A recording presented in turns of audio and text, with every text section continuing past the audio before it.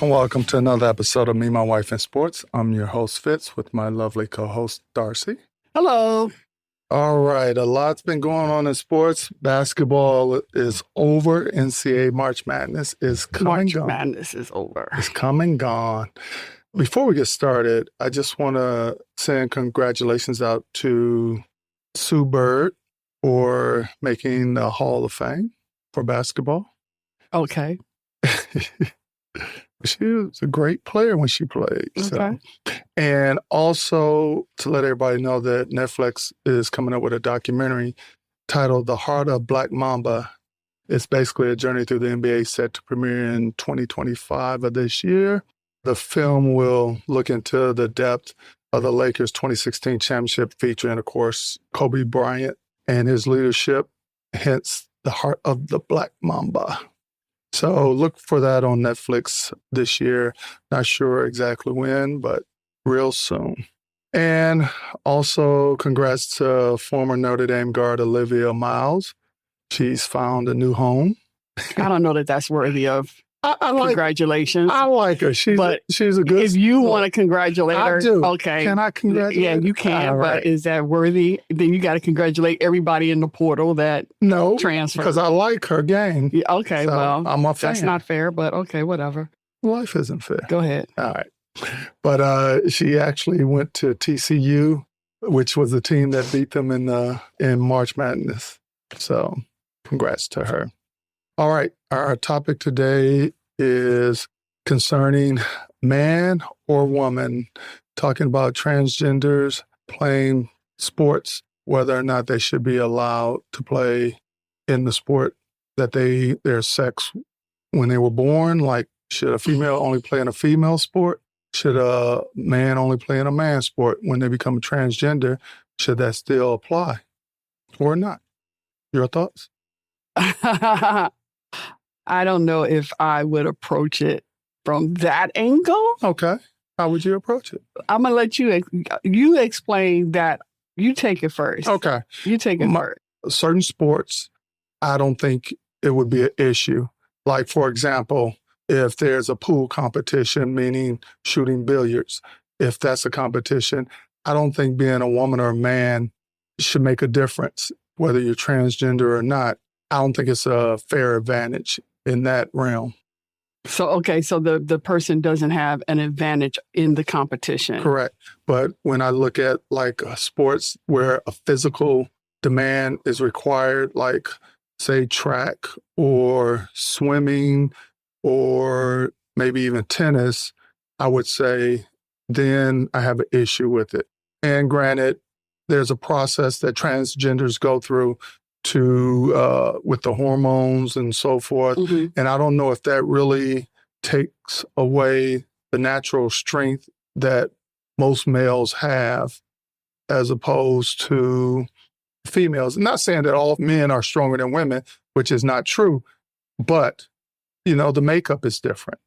So the question is, or the issue in my research that I found and the way I understand it to be is, do transgender women have an advantage over other women in the sport that they're competing in?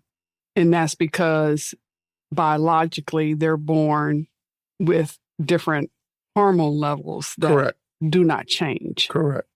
So I think that it's just not enough research out there, and it's not enough information out there to say that there is an advantage or a disadvantage.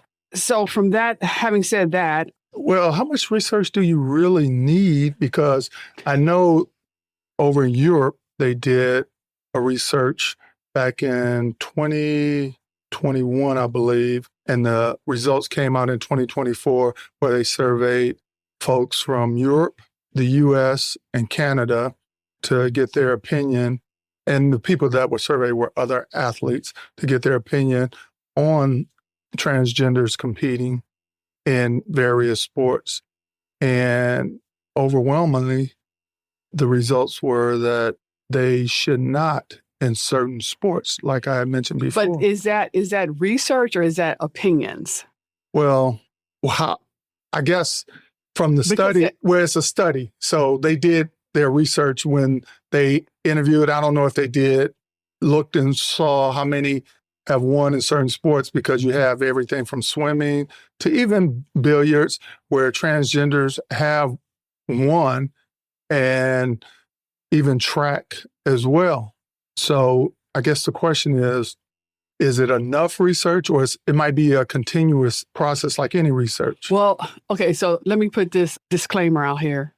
We're not doctors. Correct. And we're not scientists. Correct. And so this discussion is solely based on what we have researched on the internet and other people have studied, and our own opinions. Yes. But based on, having said that, and based on what I did see is, I agree that this has to be based on the science and the medical information of the hormone levels. And some people say that if the testosterone levels have been lowered for 12 months consistently, then that makes the athlete, that puts the transgender athlete on a level playing ground. Right. Some agree with that, some don't. There hasn't been enough studies on that to say that that's true or that's not true. Okay. That's what I'm saying. I understand. And then there really aren't enough transgender athletes out there to study. Mm-hmm. So there's that. What is considered enough, though? Well, less than 1% is not enough. I mean, to make this the issue that people are trying to make it. I get it. I understand it. But there's two sides to every coin. Of course. And so some people say, well, create another category and just have all transgender people compete in that. And that's not the answer either. No, I don't agree with that. But then there's the whole reason why do we have men's and women's sport anyway? Right. There's a reason why they separated that out, and we just don't have men and women playing together. Right. From the beginning. Right. And even if you look at some sports, even for just say men in general, let's take out the transgender piece. And for example, for football, college football, they can't go to the NFL early because their body hasn't developed enough to handle the stress and the pressure and the strength that a professional football player, as opposed to, say, someone going into their first year of college. But that's a decision that they just made. What do you mean? It wasn't always that way. Yes, it was. For football. For football, it was always that way. Always that. You could basketball, you could do it. Come straight from high school into basketball. But for football, you couldn't go straight from high school into football. No. Into professional football. Correct. You had to go to college. Correct. And you had to play, how many years? I do not know how many years, but I don't recall, through all my readings and times researching, no one under a junior year. I think it was a guy who went his junior year, but I'm not sure if he made it because he filed a lawsuit, I believe, against the NFL. What happened with Pryor? Pryor? What Pryor? Terrell Pryor. What about him? When did he come out? He came out after his junior year, going into his senior year. Okay. And he went in a supplemental draft. Okay. So it wasn't even the actual draft. So he was in his senior year. Okay. But he did not play or complete his senior year. Okay, I thought he was in his sophomore year going into his junior year. That's why he went into a supplemental draft. No, I think and I'll follow, but I'm pretty sure it was a junior when that happened. But I know he didn't do his whole 4 years. So. Well, I don't know. This is a sensitive topic. A lot of people are, look at the Olympics. Right. And some people say the Olympics got it right in the decisions that they made and how they rule. From my understanding, they do some testing to make sure that that transgender person has done all that they were supposed to do, like taking the hormones and certain levels and so forth. Right. And like I said, I have nothing against them competing in a women's sport or a man's sport, whichever you want to go with the transgender piece. But I think it should be specific sports and not every sport across the board. Like what sports would be okay? Like I said, billiards. Or individual sports, not team sports. No, even some team sports, I would think. And I can't think of one right now offhand. I think like in the Olympics they have, what is that? Badminton? That's a team sport. Yeah. I think transgender wouldn't come into question. It could, if you're tall enough, or if you can hit that little birdie hard enough. That little birdie, you can hit it hard as you want. It only will go so fast. But still, I mean, it's just hard to say what gives a person an advantage. I just don't know how they're going to ever resolve this issue. I really don't. And I feel sorry for people who fall into this category because it's a super sensitive category.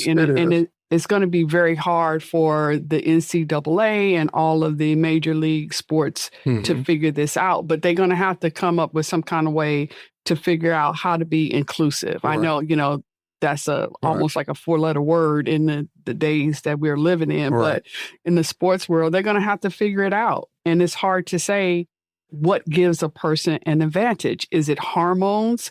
Is it height? Is it weight? It's different things give different people different advantages. Right. And it might not have anything to do with hormone levels. True. Well, and the same thing happens, say, if I think you could take South Carolina, the women's Gamecocks team, and put them up against some of the NCAA men's team, and they could kick their butts.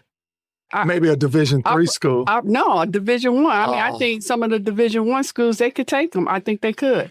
But we'll never know unless they accept this challenge. Right. Dawn, if you're listening. I just think the physicality would outweigh it.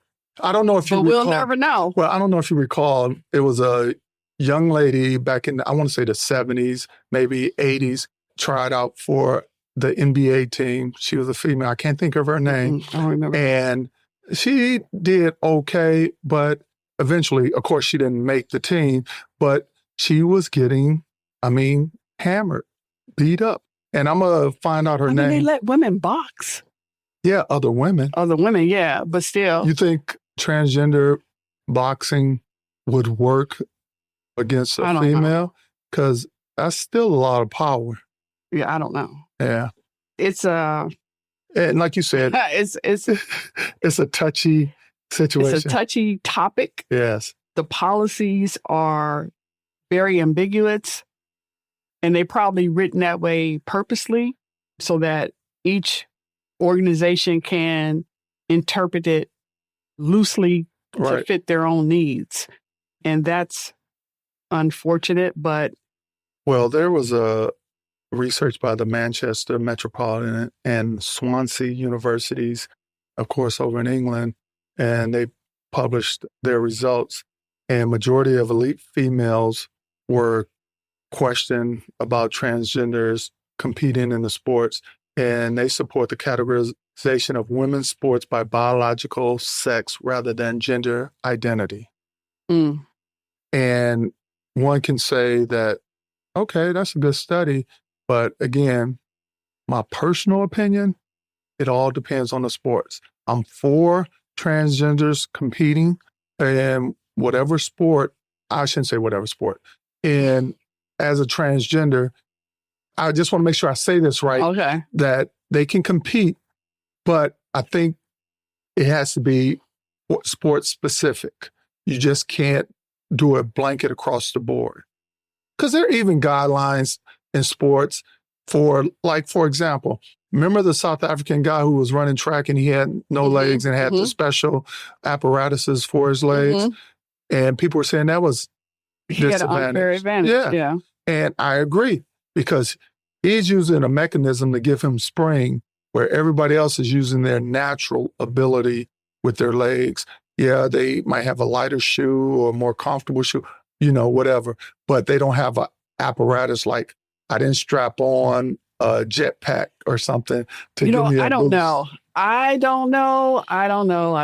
Because it was we were just talking about the obvious one on the obvious was the golfer that we was talking about that rode in the golf course however many years ago that was in the golfing world. In the golf cart. Yeah, he and then had walked some kind course. of illness. He didn't walking would have made it worse. Right.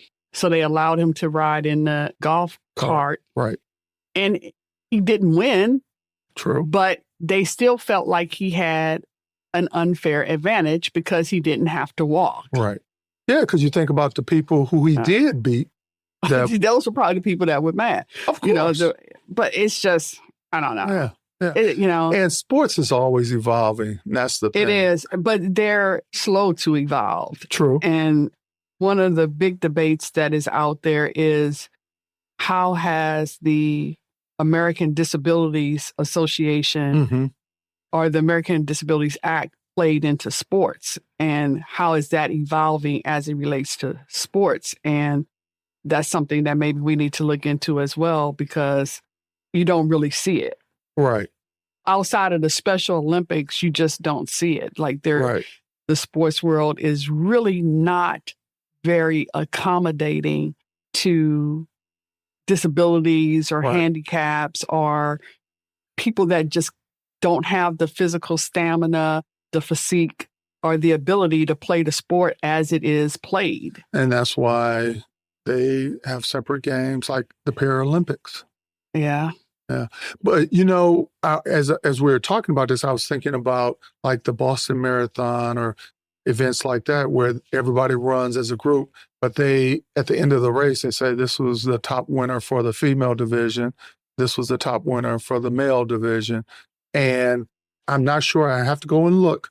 I don't know if there was ever a female who had the best time overall, male or female, So it's a tough nut to crack. Yeah, it is. And the thing too, most sports fans, I'm not saying all, but most sports fans don't like a lot of change when it comes to their favorite sports. Right, yeah. Because I remember when the 3-point line came into effect, everybody wants to shoot threes. Nobody wanted to play underneath the basket anymore and things of that nature. So it took me a while to adjust and get warmed up to it, because it's a great feeling to see somebody shoot a three at the buzzer to win a game by 1 point. So, but more, I'm sure, is research and everything's going to be done and continue to be done on this sport. And I think it goes back to what you said too, is the various governing bodies need to get together and come up with some type of way forward. It might not be the perfect or the final way forward, but at least some way forward so we can reduce the controversy in this matter. Yeah, it's just a hard topic. Yeah. It's a hard topic because you have people who have gender reassignment certificates, and that's people who have already gone through the whole process, and now they're classified as women or men. Yes. And they have these GRCs. And there's a law, the Equality Act of 2010, that says gender reassignment, that lists gender reassignment as a characteristic given legal protection from discrimination. But then there's a section within that same law that deals with sports that kind of negates the whole gender reassignment certificate idea. So it's just very, it's very difficult to work around. Right. And also I came across, there were examples of transgender men who were assigned female at birth, who ended up competing in various men's sports and succeeding, like Chris Mosier, a triathlete and dual athlete, who is also the first trans athlete to qualify to participate in the Olympics trials in the gender in which he identifies, and has been part of the Team USA international competition. So, like you say, it's a small percentage, but some did well. The biggest controversy out there is lowering testosterone does not restore fairness. And that's what they want to say. Because even though you lower the testosterone levels, it doesn't change the fact that that biological makeup is still in the body. And so they can go through that hormone therapy, right? But it still doesn't change the biological makeup of the body assigned at birth. Right. So that's the issue that people are having. And I want to retract something I said earlier. because as I was going through my notes, remember I mentioned the sport of boxing. But in 2018, there was a transgender man who actually won his fight. So it can be done. It can be done. And I guess, too, it's not so much about strength in boxing. It's a strategy as well. So, and I guess it's like that in every yeah, that's what I say. You can apply that in any sport to get your advantage. Yeah, and that's their argument. It's not always, every sport is not always just strength. Right. If that's the case, half the people on the floor wouldn't be out there, because, I mean, look at Devontae Adams. No, not Smith, the one that's on the Eagles team. Yeah. The young man. We always talk about how skinny Devontae Smith. Yeah. Devontae Smith, yeah. We always talk about how skinny his legs are. Right. And there's several football players out there got little bitty legs, like how are you even standing up on them legs? Might be all and muscle. So there wasn't no muscle. That was sticks. And so, but again, it's about training. It's about how you play your sport. So it's just, it's going to become a bigger issue as more people fall into this category. Right now, they're just starting to get into it because the numbers are low, and you got one off here, you got one off there, you got a swimmer here, you got a boxer there, you got a fencer over here, you got one or two people doing these sports, and they grin and bear it, or they, do what they have to do to appease to make it work. These people. And I say that not degrading, but that's what they do to keep people quiet. But as the numbers grow, they're going to be forced to really address this issue. Right. And the numbers will grow, and there will be more people in these categories. And it's going to be something that these national leagues and the NCAA is going to have to really address. Right. And they just haven't got to that point yet, but it's going to become a matter of law, regulation, society, what society thinks, and as well as how other athletes feel about it, and human rights ultimately. Right. Those are going to be the factors. It also, I came across one aspect where there was a transgender who entered into Olympics in the weightlifting competition. I saw that. Yeah. Out of New Zealand. Yeah, I think I saw that. And in the past, she competed as a man, and now as a transgender woman. Right. And like you said, do they really lose that makeup, or is she breaking records or lifting more than the natural woman? I don't know. Yeah. I wouldn't want to be part of that committee or... Yeah, I wouldn't want to have to be on the decision-making committee. Because it's going to be so hard to get it right. And there's so many sports out there that you just can't make one blanket rule across the board. No. And like I said, there was a reason why we divided out men and women. Right. Because, like, for example, say they push... Do we want to see men and women playing sports together? Like, I don't know, part of me says, let them all play basketball together. I mean, there seems like there are some sports that they could all play together. Like, you could commingle some sports and it not change the game. Now, would the athletes want that? Now, they might not want that, but... Right. Well, I think I can make up a winning team for South Carolina with. You're stuck in South Carolina, aren't you? I am. I'm mad that my Gamecocks didn't win, but congratulations to Connecticut. Yeah, whatever. Women's NCAA championship. Yes, congratulations to Connecticut. But Gamecocks had a good season. Yeah, hey, they won 3 out of 4. They did. That's not bad. We walking around with our heads high because they had a good year. But Houston as well. Yep, I could have took some of the women from the Gamecocks, put them on the Houston team, and took some of the Houston players and put them on the Gamecocks team. And, I could have had 2 winning brackets. I don't know. And that would have been a first. But when a woman can start... It would have been interesting. When a woman can start dunking consistently, because, there's plenty of them out there that can dunk consistently. Brittany Griner can dunk consistently. In a game. Say if she is playing against men, you think so? I don't agree with that. We don't know. I don't agree with that. I don't know. We don't know. And how you know she dunked consistently? I ain't never seen her dunk. Because you ain't never watched it. You don't watch it like I watch it. Okay, that's one. Give me one more. You just said name one. I don't have to name no more. Okay. That was the one. But think about it. If you put a woman, whether transgender man or woman, on a football team and they get injured real bad, things are going to explode then. But no worse than anybody else getting hurt real bad. We've seen... Oh, I agree, totally. But the fact that it's a transgender, they'll make an issue of that. But that's where they have to assume the risk. Right. As an individual. Right. Like, you don't get to cry wolf. Right. If you're going to say, I want to play football, and we say, okay, then you get out there, and if you get hit and you go down, then we wait quietly and prayerfully like we do when DeMar Hamlin went down. Right. And they out there trying to bring him back to life. And we pray for you just like we pray for him. Right. I mean, I get it. That's where you got to draw the line. Like, you don't get to wave that flag at that point.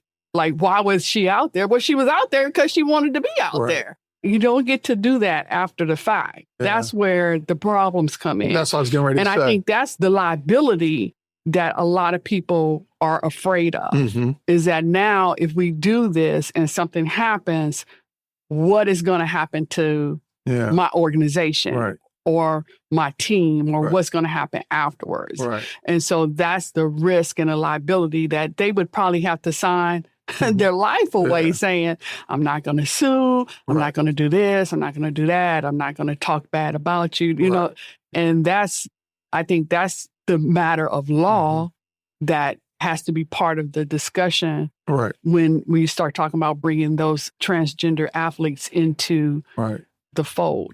But it's going to happen. Oh, it's going to happen. It's no doubt. And the Olympics is like the testing ground. Yeah, they're like the government. They're supposed to like lead the way. Right. And so they do things to be inclusive. Right. And to show the world that it can work. Right. And just like the Muslim women wearing the hijab and playing basketball and other covered sports. And everything, like showing the world like this is normal. This is okay. Like they can run fully covered. Right. And it's okay. And they can compete like that. And it's okay. And so they're going to continue to open that door to show the world how to do it.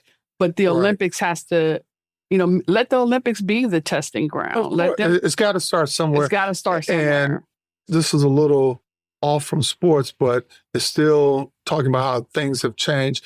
VMI, for the longest, we're only allowing men to be part of VMI. And then I think in the 80s, I believe, late 80s, they opened the doors to women as a test bed to try it. And now they have women in VMI to this day, some graduating top honors over the men. So it's a process, like you said, and I think over time they'll figure it out. Well, you had talked about the Boston Marathon. It wasn't until like the 70s that they even let women run in the Boston Marathon. Because the one young lady we did a story on. She was just, she had like pulled her hair back and they thought she was a man until they sweatsuit. Until they realized she was a woman, and then they jumped her. Right. And pull her off the course. Yeah, to pull her out. Yeah. And it wasn't until like the 1970s, the 76 or something like when they started allowing women. So it's a process. And that's why I say, we're still fighting the battle to allow women to do certain things or be part of certain events. And now you're adding transgender in there. But they got to start somewhere. They do. So, they do. The athletes who have done it, the swimmer, like I said, I'm not going to call names because this isn't about people. This is a debate on policy, not the people. The swimmer, the fencers, those are pioneers. Right. And kudos to you for doing what you have done for your community. But that's the beginning.